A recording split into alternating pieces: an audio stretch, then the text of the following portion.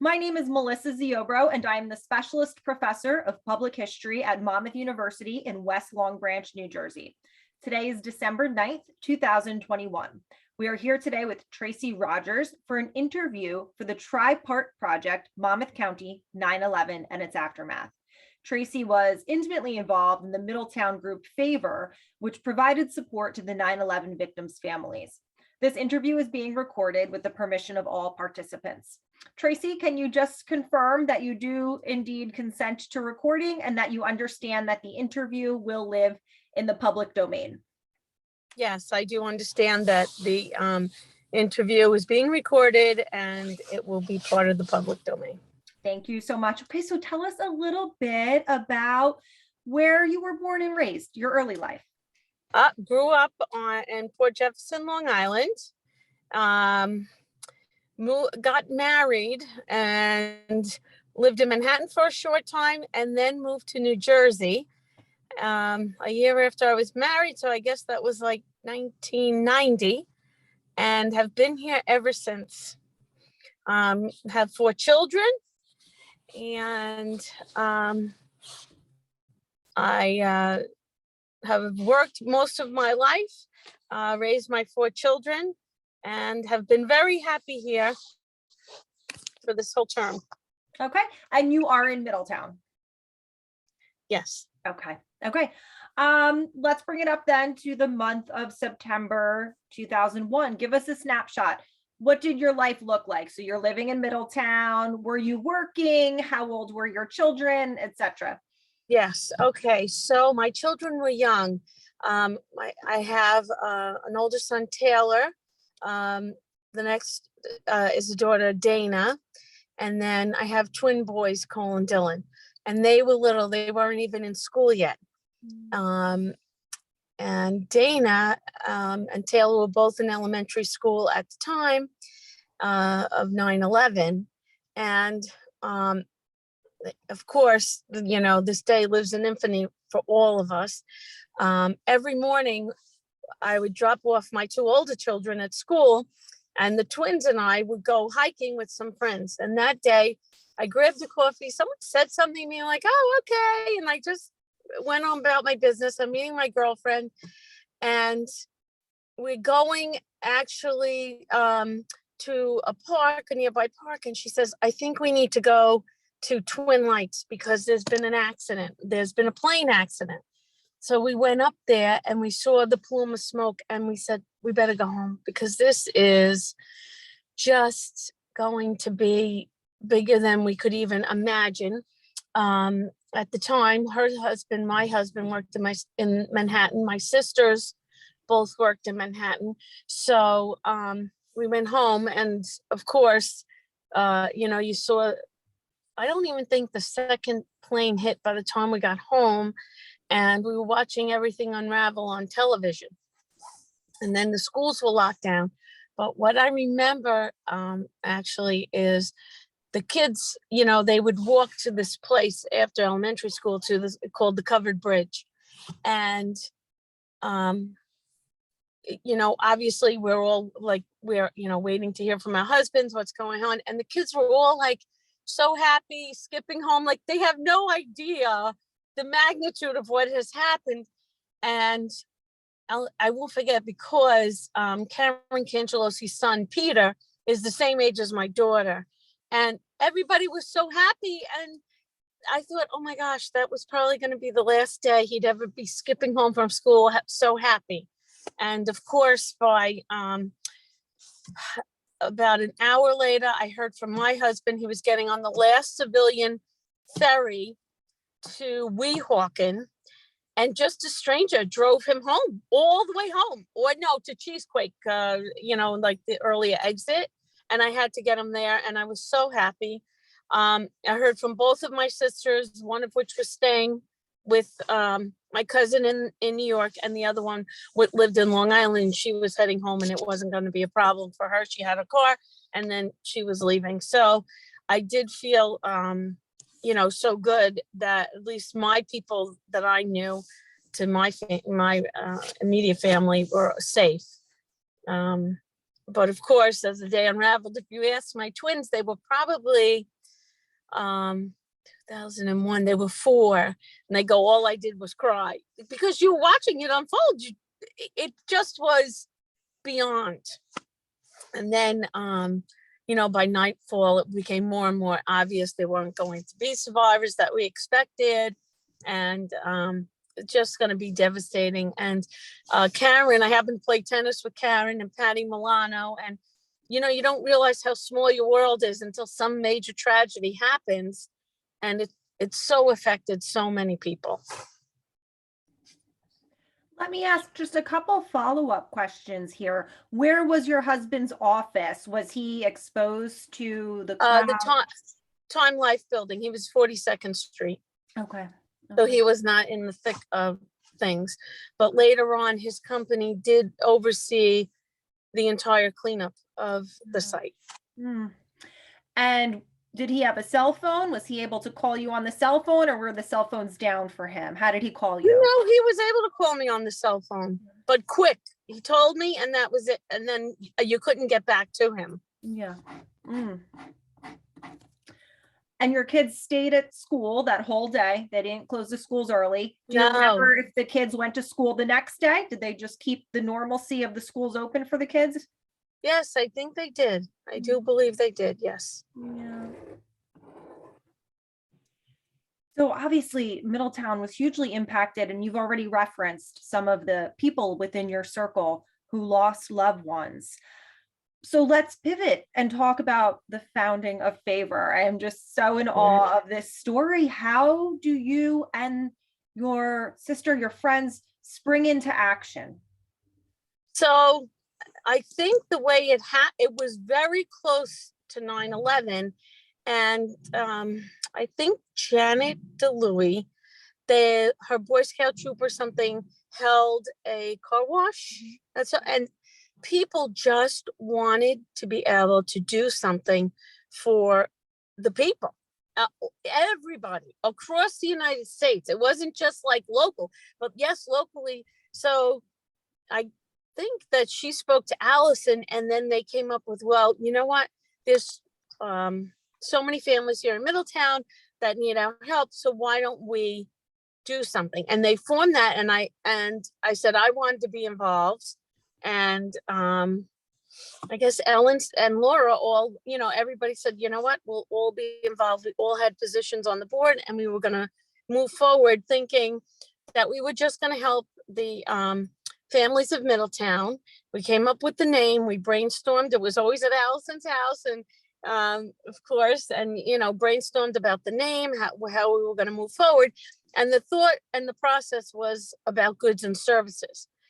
Yes, you could make monetary donations, but the thought was really to do something for your immediate needs, for the simple needs, the things that you don't even take for granted, like your dry cleaning or your car repairs or things like that. Very basic needs. And that was what it was. And it really was so amazingly successful. We got quilts and teddy bears from all over the United States. People just wanted to do something to help the families. This is very moving, very touching. You never, you never felt like you were asking too much or anything. People were just ready to go, willing. It's incredible. Now, did you have any experience with nonprofits before this? So my parents were always about giving back. So, I was never involved on a board. I would, but always gave back to my community on different levels, different things, always, helping out here and there, whatever was needed. We were always clear about your volunteering and to give back. Can you mentioned some of the names, but just for the record, since we're recording, can you list the key players in Favor?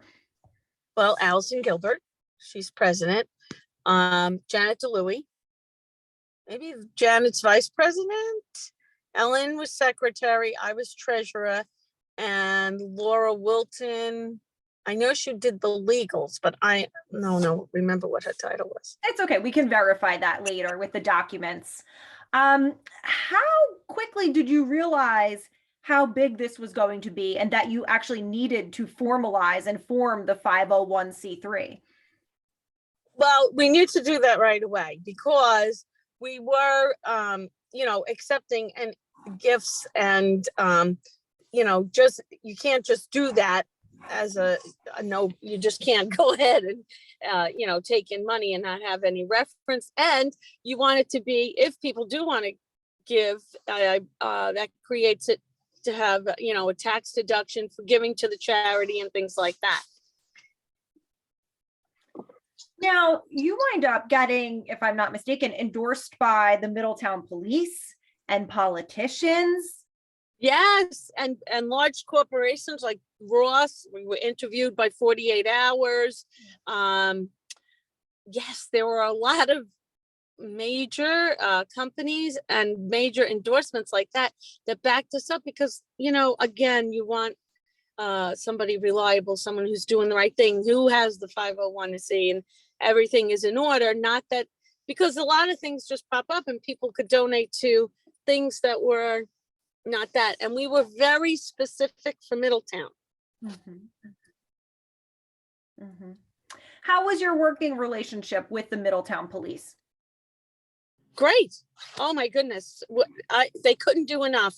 There was a lot of later on things that happened with, even like with recovery and like the husbands or wives that were missing. They were just missing, but then if they recovered a body or a part or something, we were told that they were going to, they were notifying the families and that we were always there to support them in anything we needed. And, that's just another, I don't want to really say punch to the gut, but it really is wrenching that, you're kind of grappling with the fact that maybe you're hanging on a hope and then you get confirmation. It's very, very hard. Very hard. Now, Allison was telling me yesterday that you ladies would go door to door to the families. Yes. That had to be very emotionally taxing for you though, right? It was. You know what? You saw a lot of things that you never realized.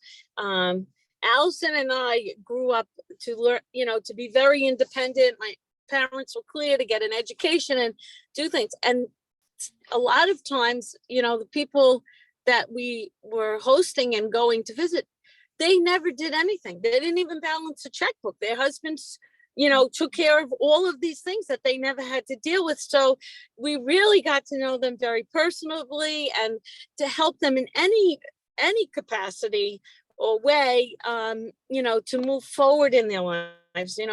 They all had children, and it may, you have to, life goes on. I mean, I unfortunately lost my husband 3 years ago, and you think you're good, you think you're gonna go on, but there were unforeseen things that you're blindsided by, things you don't realize. And at that time, it was clear that when you were going to their door and helping them, even if it was a basket, we had teddy bears and food and books, whatever people gave, and we would bring them there. I think it was really like they would say, come in, have a cup of coffee. You really got to know these people on a personal level. You met their families, their sisters, their brothers, their parents, the children. And, even later on, when I'm walking around Middletown, I'll see the kids. I was like, oh, hi, Mrs. Rogers. It's very nice. You did the right thing. And simple, but it was very nice. Yeah. Now, I'm not asking for any specific names, but were there any families who just couldn't engage, who didn't want the support because they were just looking inward? Or no, I really did not find that at all. I think people were very welcoming and ready. Some could move forward better than others. I would show up, some people would be in their pajamas, and I'd be like, yeah, your son's coming off the bus and it's 3:00, get dressed. But everybody grieves differently, can move on differently. So it just but if you have some support, someone there that can help you and tell you, you know, your time, you know, the time that you take to grieve and get over things is different from the person next door. So I do think for the time when we were there and helped them, and I would be shocked if you didn't interview everybody and everybody still has relationships with the people that they helped. I really think that's true. For the short time that we were in existence, so that's 6 months, we really made some lasting relationships. Oh. Now, your Middletown PD liaison, Joe Capriati, right? I hear so much about him. Tell me what you remember about him, because of course he's passed. Yes. Oh, he was just so easy. So easy. You weren't intimidated. He was so comfortable. Always, you know, ready to help, whatever you needed. He really, truly was a gentleman. You know, he just wanted to help his community. He was all about that.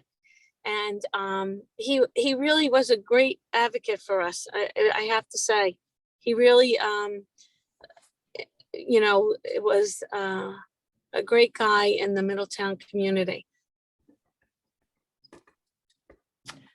Now, you talked about everyday citizens wanting to help people from not just within the, you know, within Middletown and the state, but across the country wanting to support. Yes. Tell us a little more about that. So I believe we got endorsed by Time Inc. or New York Times or something like that. And we were put on their list of top charities to donate to. And so that really created a buzz around the United States. And again, I'm telling you, the whole country was so, you know, upset and, you know, wanted to do something, even though, you know, they could be in California or Idaho, wherever they were, and they really wanted to help. So it was one of those things, Allison probably knows, but something like that. We did get endorsed, and then we had the special on 48 hours, which helped. And then Gail Sheehy was writing a book, which came out later on, but you know, that all of that happened at the same time. Mm-hmm. Wow. And you had some big name support too, right? Local celebrities. Yes. Oh my goodness. Yes. Tell us about that. Yes, that's right. Oh my goodness. Geez, you're bringing back a lot of things. I did my research. You did. And he donated an autographed guitar and I'm trying to think of what else happened, but you know what happened at the time?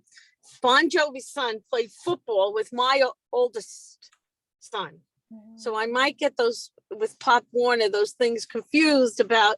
I know, because he was very, you know, he was all about the community. He played, you know, his son played ball. As a matter of fact, he got all the football team into the locker room.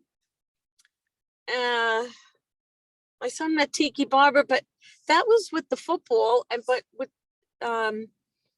Favor, he did donate, and we were able to wrap that off and raise some money in order to do some nice things for the people of Middletown. Yes, you're right. Awesome. Oh my goodness. Yes. I know 20 years, in some ways it seems like, oh my gosh, right, not a long time, years. but then when you try to recall the details, you're like, oh, wait a second. That's a long time. Yes. That's why it's so important we do these interviews now before we just forget more and more about it. Yes. And, you know, Melissa, the women formed a group in Red Bank that helps with grieving. What is it called? Did anybody mention that? The widows? Yeah. Specifically? Yeah. I went there when my husband passed. Geez, they were all going there. It was like a big support group. Okay. For people who live spouses. I have to look that up. Oh, gee. You can always send it to me. I'm not thinking Okay. of it off the top Yes, of my head because either, they have a big support group. And when I lost Billy, they said you should go. And I did for a short period of time. And the group was so nice to me because as we gave gift cards and things like that, that group gave that to me. You just don't know in how what you do as a simple thing could come back, but yes. What is the name? You'll remember it when we get off the phone. Of course. And you can email me and I can add an addendum to the transcript, so no worries about that. Do you recall any roadblocks that you encountered along the way? I mean, it just seems like you were such a huge success, but do you remember any roadblocks? No. Wow. I don't remember any roadblocks.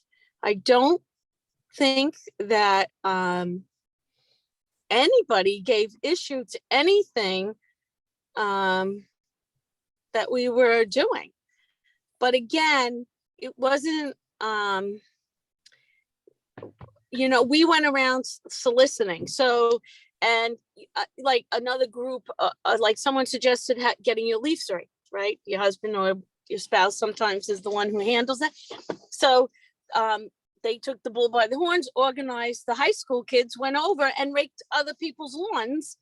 But it was like that. It was all of these like groups would solicit. We'd say, okay, what area works best for you? They're going to have a part of Red Bank. They're going to have a part of 35 and things like that. But it wasn't as if we had to, there was a roadblock in any, to organize anything. It wasn't, like we were having any fundraising events and things like that. That wasn't what we were doing. So I would say there wasn't.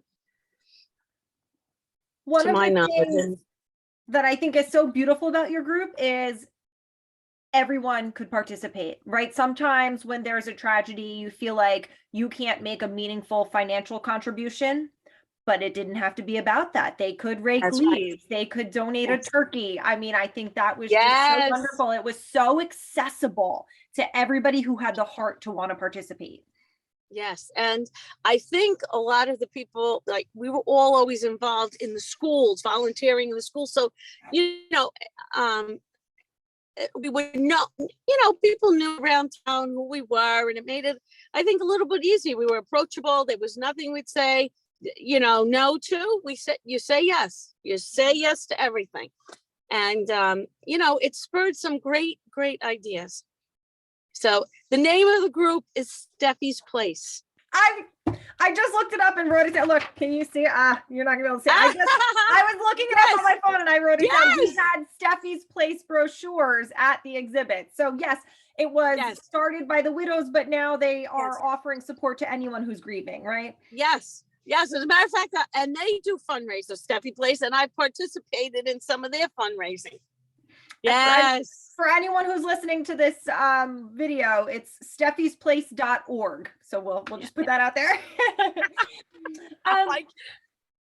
So tell me when and why the group started to wind down.